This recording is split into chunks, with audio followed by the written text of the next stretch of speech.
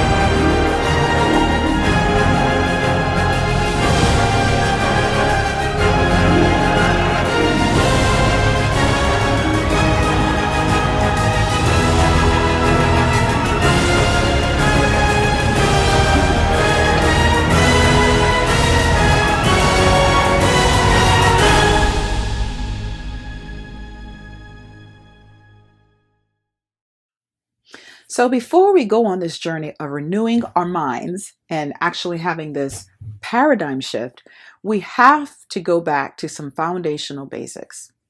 The Bible tells us that in the beginning, God created man and formed man out of dust and breathed into his nostrils the breath of life, which is spirit.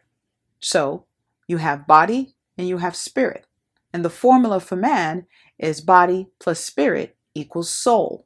So there's actually three parts to who you are. You have a body, you have a soul, and you have a spirit. When I was younger, I used to always get confused with the soul and the spirit because I actually thought they meant the same thing. But once again, the Bible is clear that they're two different parts of who you are. They're very real, but they have separate functions.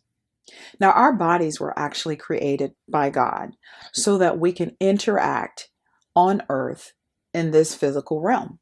I don't know if you've ever heard the saying that we are all spiritual beings having a physical experience. That's exactly what's going on. Through our five senses, we're able to experience the world all around us. That's the reason why you can actually close your eyes and you can imagine that you're on the beach and you have the sensation of actually smelling the ocean, or you can close your eyes and imagine yourself driving down the highway with nothing but open road and the breeze in your hair. It's as a result of previous experiences that we have all had.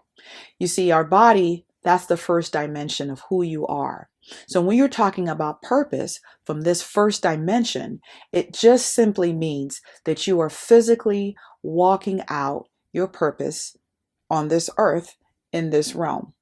I talked earlier about how I was so blessed at the age of 8 to finally figure out why I was here, what I love to do, which was speaking. You see, that's using my senses. And right now, you're listening to me and you're watching this particular video. You're using a few senses also. That's how we interact. And that is purpose on the first dimension. So next, we have your soul. So what is your soul, you might be asking? Well, it is the very essence of who you are. It is your consciousness, it is your emotions, your excitement, your ideas, but it's also your disappointments, your hurts. Every aspect of what makes you who you are is bottled up in this layer, the second layer, the second dimension. How does your soul and your body interact? Well, it interacts through your five senses. Your body processes whatever happens in this physical world through your five senses, and then it goes into your soul. Your soul, you can view it as like a storage system that's constantly filing away everything that is passing through your eyes, your hearing, everything that you're touching. See, that's the reason why I mentioned earlier, you can close your eyes and imagine that you're on the beach. Well, it's as a result of all that you have processed previously. It's gone through the filter of your subconsciousness and it's been filed somewhere inside the file cabinet of your soul. Have you ever gone to sleep at night with the radio on? And while you're sleeping in your dream, a song pops up. And then you wake up and that same song that was in your dream is actually on the radio. Then you begin to wonder, wait, was I asleep or was I awake? And that is exactly how the body is constantly processing data through our subconsciousness and into our soul. And it's very important. I need you to hear me on this. It is so important that you are intentional about what you allow to go through your eyes and your ears, because these are really the gateway into your soul. And your soul is your storage cabinet. So with enough instances of you seeing certain things and hearing certain things, you're actually leaving an impression inside your soul and you're storing it away.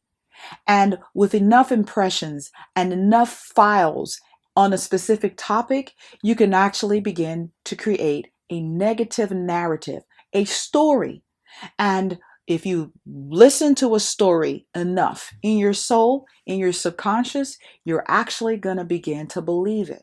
And once you believe it, something gets activated in that level, in that dimension. Now remember, the soul, that's the second dimension. The second dimension is not physical, it's the invisible. It's part of the invisible world that operates under a whole different set of rules. That's the opposite. Remember, I mentioned earlier, you have to believe before you see. Well, without you even knowing, you're constantly seeing things that your soul has believed and you have manifested. So let me give you an example of what this manifestation really looks like and how common it is.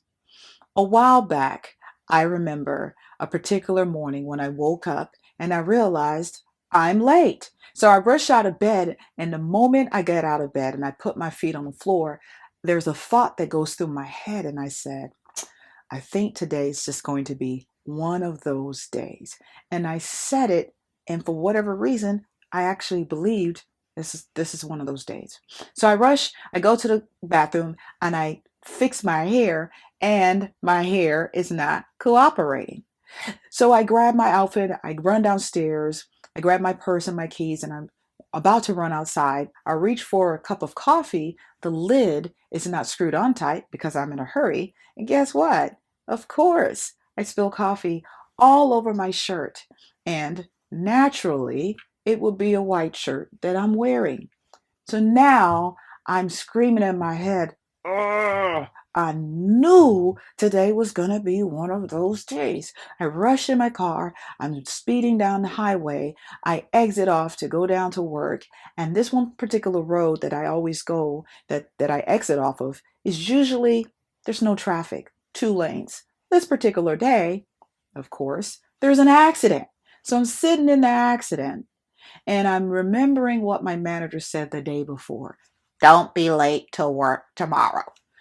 Okay, so this is going on in my head as I'm wearing my shirt that's got a coffee stain with my hair that just doesn't want to cooperate. And I'm thinking, it just can't get any worse than this. It does. I get to work. I miss the presentation. My manager comes up to me and the manager says, "You're late." Kind of figured that. Of course, I'm late. "Is that a coffee stain on your shirt? Looks like you're just having one of those days, huh?" Yep, yep, I'm having one of those days. I get home. I remember lying in the bed that night, going through in my mind how such a terrible day it was, without even realizing that I believed it so much in my soul when I woke up. And every single time I actually verbalized the fact that today is going to be a bad day, I'm the one that created this bad day. It manifested as a result of what I felt and believed at the very beginning of the day when my foot touched the ground. You probably have girlfriends that you go out to eat with for lunch or dinner, or friends that you every now and then go out and you're social with. Well, I'm sure at least one of your friends has probably once said to you, "Why is it that I'm always meeting certain kind of guys? Why am I always attracting the guy that doesn't have any money, but he wants to take me out to eat? How are you going to take me out to eat but don't have any money?" Or maybe you have a family member that calls you in the evening every day to complain about her drama filled life. "Oh my goodness, my life always has drama. I'm so tired of everything always being so difficult. Why can't things be easy for me like they are for everyone else?" Or maybe you have a coworker that calls you while you're at work during lunch and she's like, "Girl, I got to find another job. I mean, I'm so tired of this place. I'm so tired of doing all this work and never getting recognized. It ends today. I'm on right now, monster.com, looking for a job as we speak. I refuse to be treated this way any longer." And then guess what? A few weeks later, that friend, she gets a new job. She's in a new job. Same thing happens. That family member, she calls you the next day. There's more drama. That other friend that's always talking about meeting the broke guy, the next guy she dates just lost his job. Why are all these things happening? Without them realizing, they have begun to create negative narratives that have been stored in their soul. And as a result of them believing these negative narratives so deeply, and they constantly are professing the negative, they walk into a reality that they themselves manifested. In the second dimension, in your soul, what you don't realize is that you're constantly creating things as a result of positive or negative narratives that you have, for whatever reason, told yourself as a result of some of the experiences that you've had in the physical realm. But the soul is invisible. The soul interacts in an invisible realm. And as I mentioned earlier, you have to actually believe before you can see. Well, what's happening at this level is that your soul is believing certain things so deeply that you're manifesting them. So now you're seeing these negative things occur. It's being created. This is what happens. The world around us that we touch and feel, as I mentioned earlier, it's not really real. What's governing everything that's happening around you is in the level that you cannot see. It's in the visible realm. And this is the realm that your soul, your subconscious, is constantly manifesting and creating realities, good or bad. So, what does purpose look like in the second dimension? Well, let's go back to the example I gave from when I was 8 years old and was so excited about the revelation that one day I would be a speaker. Many months ago, I was lying in my bed, awake at night, and a thought popped into my mind. The thought was, Joy, this is your time. Why don't you just go and start researching what it takes to be a speaker? And when that happened, in my soul, a positive narrative was created. And with every passing day, I started walking into the manifestation of that narrative. That is purpose on the second dimension. Finally, we have your spirit, your third dimension, the most important part of what makes you you. There is a doorway or a gateway between your soul and your spirit, and that doorway is called your self-will. Your will is actually the key that opens the door to your spirit. And what's behind that door? Well, think of it like this. It's a secret meeting room. It's a secret chamber. Remember when I told you that when you were born, you were given a natural ability to see life in 3D, and you were also given the ability to tune in to an unseen frequency? That unseen frequency is actually communication with God. Going back to basics, when God created Adam in the Garden of Eden, the Bible said, in the cool of the evening, God walked through the Garden of Eden as he always did. So the Bible is now telling us that there was a conversation or communication that occurred on a daily basis between the creator of heaven and earth and his creation. Just let that sink in. God created man so that we can have fellowship with him. That was the purpose of the creation. And so here we see God walking out his intent, the intent and the purpose of creating man, to communicate with him, to have communion in the cool of the evening. Now, God, he's not body, he's not soul. God is a spirit. He's a God of all spirits. So, of course, your spirit, that innermost chamber, it's the only part of you that God communicates with. See, when Adam was created in the Garden of Eden, there was constant communication.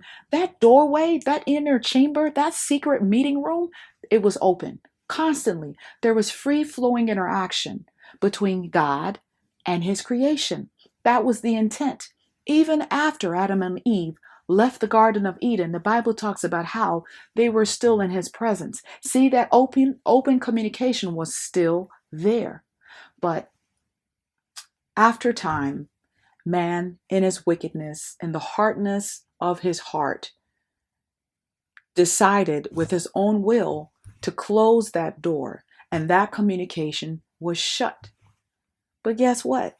God is still talking. That frequency is still there. That's why when you're born as a baby, you have not taught yourself to close that door. You see, your soul hasn't formed negative narratives yet. So when we read the Bible and Jesus says, you must become like a little child in order to enter my kingdom, what he's saying is, you've got to die to your desire and your wills to just face the physical realm. And you've got to actually want to be alive by opening this door of communication. That's the missing piece. That's the part of the mystery that I couldn't solve. That's the reason why I used to lay in the bed at night, awake, looking at the ceiling and wondering what it is about me that I was still so unhappy. Why couldn't I get from knowing that I'm supposed to be a speaker to actually doing it? Why was I not living a life of contentment? You know why? Because my spirit was yearning out to be reconciled with God, but I wasn't ready. I was focused on this physical realm. I was focused on the job, on what was happening around me. I was focused on all these negative things in life happening all around me, and bad days and good days. I was constantly living in the manifestation of my negative narrative. I didn't even have a chance to recognize that all along there was a secret door, a secret chamber, and God was on the other side. His spirit was there patiently waiting for me. And when I finally realized that, and I finally died to my desires of this world and desires to climb the corporate ladder and having the great job and living this wonderful, fabulous life, when I finally decided to look inwardly towards my spirit and I walked through that door, do you know what I heard? I heard, welcome home. I love you. I've been waiting for you. This is all I've ever wanted. God created the foundations of the earth for the purpose of just wanting to be with you. And he knew before he even created the earth that eventually man will sin. And he knew that that line of communication was going to be closed. So before the world was created, he set up a plan. And that plan has been mysteriously working in the background. It's the hidden frequency. It's this hidden call to your inner spirit that wants to waken you up out of the slumber so he can bring you back home. When you finally die to yourself, look inwardly to your spirit, when you finally confess to God that you're sorry, that you've been focusing on all the wrong things, and finally you grasp purpose, 3D, you will hear the same thing, that he loves you. You're not a mistake. There's nothing wrong with you. That you're listening to this message because he has ordained you to listen to this message. He's calling out to you and he's patiently waiting. And that, my loved ones, my friends, that is living your purpose 3-dimensionally.